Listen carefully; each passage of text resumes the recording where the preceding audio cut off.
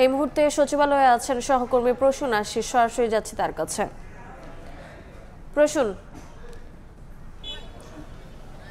কিছুক্ষণ আগেই শিক্ষার্থীদের আন্দোলনের ফলে এই সচিবালয়ের ভেতর এবং বাইরে যে রণক্ষেত্রের রূপ নিয়েছিল সে ব্যাপারে আমরা আসলে বিস্তারিত জানিয়েছিলাম।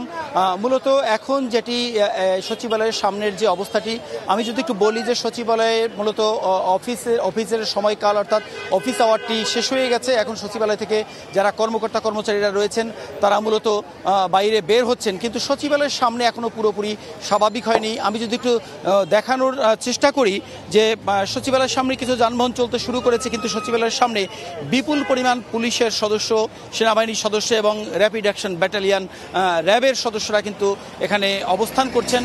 আর এই মুহূর্তে কিছু যানবাহন চলছে, কিন্তু আমি এর আগেও জানিয়েছিলাম যে সচিবালয়ের সামনে যে লাঠিচার্জের মধ্য দিয়ে শিক্ষার্থীদের আন্দোলনটি দমন করা হয়েছে, কিন্তু এই মুহূর্তে আমরা শুনতে পাচ্ছি এবং দেখতেও পাচ্ছি যে জিপিওর সামনে অর্থাৎ সচিবালয়ের ঠিক বাঁদিকে যে গুলিস্তান এবং জিপিওর সামনে যেটা দেখছি স্টেডিয়ামের পাশে আমরা দেখতে পাচ্ছি যে একটির পর একটি টিয়ার শেল নিক্ষেপ করে যাচ্ছে আইন শৃঙ্খলা রক্ষাকারী বাহিনী, এবং আইন শৃঙ্খলা রক্ষাকারী বাহিনীর অনেক সদস্য সচিবালয়ের সামনে থেকেও সেদিকে মূলত ঘুরে যাচ্ছে, সচিবালয়ের দিকে যাচ্ছে মূলত আমরা সেটি লক্ষ্য করছি।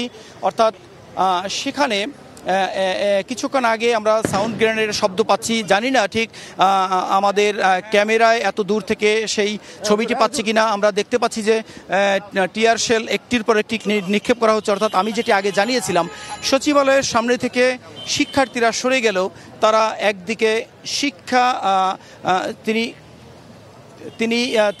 শিক্ষার্থীরা মূলত এখন অবস্থান করছে জিপিওর সামনে এবং সেখানেই তারা মূলত বিক্ষোভ করছে, সেই সংবাদটি আমরা পেয়েছি এবং দূর থেকে দেখতে পাচ্ছি সেখানে বিপুল পরিমাণ আইন শৃঙ্খলা রক্ষাকারীর বিপুল পরিমাণ সদস্য সেখানে রয়েছে এবং টিয়ার শেল নিক্ষেপ করছে একটির পর একটি। এই মুহূর্তে সচিবালয়ের সামনে যেটি দেখছি যে আমরা সচিবালয়ের ভিতরে যেসব গাড়ি ছিল সেই গাড়িগুলো কর্মচারীদের তারা মূলত বের হচ্ছেন। আর আমি যদি একটু কিছুক্ষণ আগের চিত্রটির কথা তুলে ধরি তাহলে আমরা দেখতে পেয়েছি যে সচিবালয়ে একটি নজিরবিহীন ঘটনা ঘটেছে, যেটি স্মরণকালে কখনো ঘটেনি। অর্থাৎ শিক্ষার্থীরা যে বিক্ষোভটি করছিলেন, শিক্ষা উপদেষ্টার পদত্যাগের দাবিতে যে বিক্ষোভটি করছিলেন,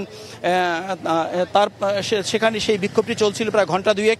তার পরপরই তারা সচিবালয়ের যে 1 নম্বর গেট অর্থাৎ প্রধান গেট যেটি, সেই গেটটি ভেঙে মূলত তারা ভিতরে প্রবেশ করে এবং ভিতরে প্রবেশ করে সামনে যত যানবাহন পেয়েছে তারা সেটি ভাঙচুর করেছে এবং তারা স্বরাষ্ট্র মন্ত্রণালয় এবং স্থানীয় সরকার মন্ত্রণালয়ের সামনে তারা অবস্থান নিয়ে বিক্ষোভ করেছে। সেই অবস্থায় সেনাবাহিনীর সদস্যরা এবং পুলিশের সদস্য এবং র্যাবের সদস্যরা কিন্তু তাদেরকে লাঠিচার্জ করে এবং সাউন্ড গ্রেনেড ও টিয়ার শেল নিক্ষেপ করে কিন্তু সচিবালয়ের মধ্য থেকে তাদেরকে বের করে দেয়। এই ঘটনায় আমরা যতটা জানতে পেরেছি প্রায় 18 থেকে 20 জন শিক্ষার্থী আহত হয়েছে এবং অনেকেই ঢাকা মেডিকেল সহ বিভিন্ন হাসপাতালে তারা ভর্তি রয়েছে বলে আমরা জানতে পেরেছি।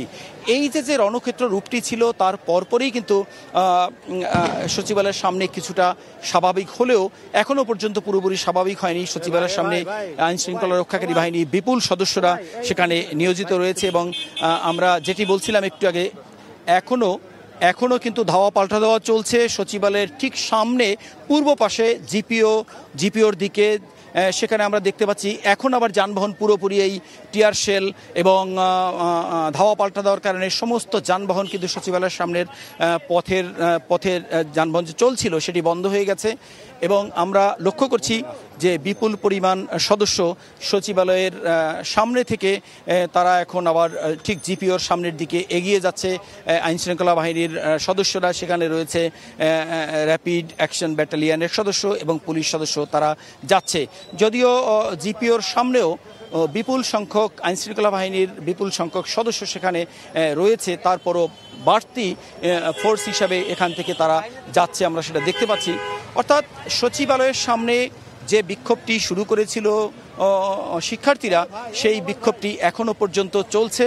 সচিবালয়ের সামনে থেকে সেটি শুধুমাত্র সরে গিয়েছে সচিবালয়ের পাশে। আমি যদি একটু এই মুহূর্তে বলি যে তাদের মূলত এই বিক্ষোভের কারণটা যদি উল্লেখ করি, অর্থাৎ আমরা সবাই জানি গতকাল একটি মর্মান্তিক ঘটনা ঘটেছে, রাজধানীতে একটি অত্যন্ত দুঃসহ বেদনার ঘটনা ঘটেছে। উত্তরার মাইলস্টোন স্কুল অ্যান্ড কলেজের উপরে বিমান বাহিনীর একটি প্রশিক্ষণরত একটি বিমান সেটি বিধ্বস্ত হয় এবং সেই ঘটনায় এ পর্যন্ত আমরা যেটি জেনেছি প্রায় 31 জন নিহত হয়েছে এবং প্রচুর মানুষ কিন্তু তাতে মারাত্মকভাবে আহত হয়ে বিভিন্ন বার্ন ইনস্টিটিউট সহ বিভিন্ন হাসপাতালে চিকিৎসাধীন রয়েছে। তো শিক্ষার্থীদের পক্ষ থেকে গতকাল রাত থেকেই দাবি করা হচ্ছিল, মাইলস্টোন কলেজের শিক্ষকের পক্ষ থেকে যেমন করা হয়েছে, বাহিরের বিভিন্ন শিক্ষা প্রতিষ্ঠানের, উত্তরার বিভিন্ন শিক্ষা প্রতিষ্ঠানের পক্ষ থেকেও তাদের শিক্ষার্থীরা কিন্তু সেই দাবিটি করছিলেন যে এখানে শুধুমাত্র 31 জন নয়, তারা যেটি স্বচক্ষে দেখেছেন তাতে করে প্রচুর সংখ্যক শিক্ষার্থীরা তারা কিন্তু নিহত হয়েছেন। এই দাবিটি করে তারা বলছিলেন প্রকৃত সংখ্যাটি তাদেরকে জানাতে হবে, তা না হলে শিক্ষা উপদেষ্টার পদত্যাগ করতে হবে। আর আরেকটি বিষয় আমি এর আগেও জানিয়েছি যে গতকালকের এই ঘটনার প্রেক্ষিতে, এই মর্মান্তিক ঘটনার প্রেক্ষিতে আজ কিন্তু রাষ্ট্রীয় শোক চলছে। এই রাষ্ট্রীয় শোকের দিনে মূলত পূর্ব নির্ধারিত একটি পরীক্ষা ছিল, এইচএসসি ও সমমান পরীক্ষা। সেই পরীক্ষাটি আজকে স্থগিত করা হয়েছে, কিন্তু সেটি গভীর রাতে জানানো হয়েছে। তাদের দাবি ছিল কেন এটি গভীর রাতে কেন জানানো হয়েছে, কেন আগে জানানো হয়নি, সেটিও ছিল তাদের প্রধান দাবি, যে শিক্ষা প্রশাসনের পক্ষ থেকে শিক্ষা উপদেষ্টার পদত্যাগ করতে হবে। মূলত এটি ছিল চিত্র। আমরা দেখতে পাচ্ছি বিপুল সংখ্যক আইনশৃঙ্খলা বাহিনীর সদস্যরা তারা এখানে নিয়োজিত এখনও রয়েছে। আমরা ঠিক সচিবালয়ের পাশে আমরা যে ঘটনাটি একটু আগেই বলেছিলাম যে সেখানে এক ধরনের রণক্ষেত্র হয়েছে এবং সেখানেই আমাদের সহকর্মী শাবাব সেখানে অবস্থান করছেন। আমরা সেখানের তথ্য জানবো শাবাবের কাছ থেকে।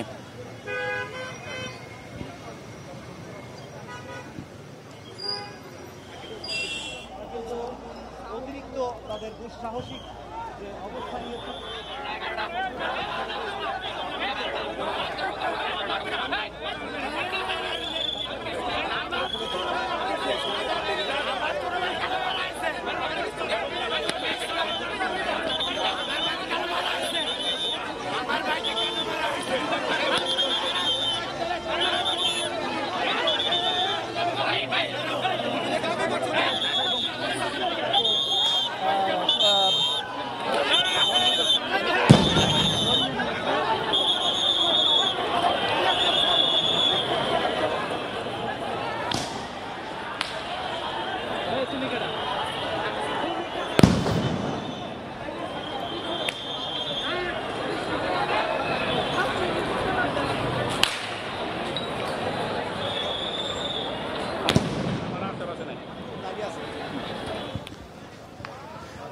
আমরা জিপিওর সামনে একটু আগেই জানিয়েছিলাম, জিপিওর সামনে আবার রণক্ষেত্র তৈরি হয়েছে, রণক্ষেত্রের রূপ নিয়েছে। একটু আগে আমরা জানিয়েছিলাম যে শিক্ষার্থীরা সচিবালয়ের সামনে থেকে জিপিওর সামনের দিকে যেহেতু সরে গিয়েছে, সেখানে ধাওয়া পাল্টা দেওয়া হচ্ছে এবং একটি উত্তেজনাকর পরিস্থিতি সৃষ্টি হয়েছে। আমরা দেখতে পাচ্ছি কিছুক্ষণ পরপরই টিয়ার শেল নিক্ষেপ করা হচ্ছে এবং আমরা দূর থেকে টিয়ার শেলের ধোঁয়া দেখতে পাচ্ছি এবং শব্দও শুনতে পাচ্ছি।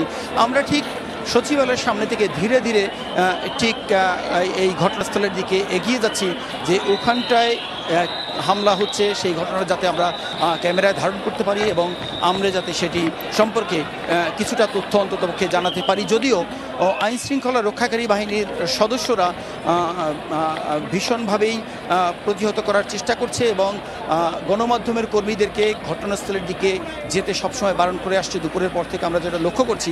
তারপরেও আমরা সচিবালয়ের সামনে থেকে ঠিক এগিয়ে যাচ্ছি জিপিওর দিকে, যেখানে এই মুহূর্তে ধাওয়া পাল্টা দেওয়া হচ্ছে। আমরা দেখতে পাচ্ছি লাঠিচার্জ করে যেখানে উৎসুক জনতা সেখানে যে ভিড় করেছে এবং যারা মূলত অফিস থেকে বাসামুখী হয়েছে, বাড়িমুখী হয়েছে, তারা ওখানে গিয়ে আটকে গিয়েছে, তাদেরকেও ঠিক ছত্রভঙ্গ করে দেওয়ার চেষ্টা করছে এবং দূরে সরে যাওয়ার অনুরোধ করছে, আমরা সেটি দেখতে পাচ্ছি। এবং যারা জিপিওর দিকে গিয়েছিলেন তারা ঠিক পেছনের দিকে চলে আসছেন বলে আমরা দেখতে পাচ্ছি এবং টিয়ার শেলের শব্দ আরও শুনতে পাচ্ছি আমরা।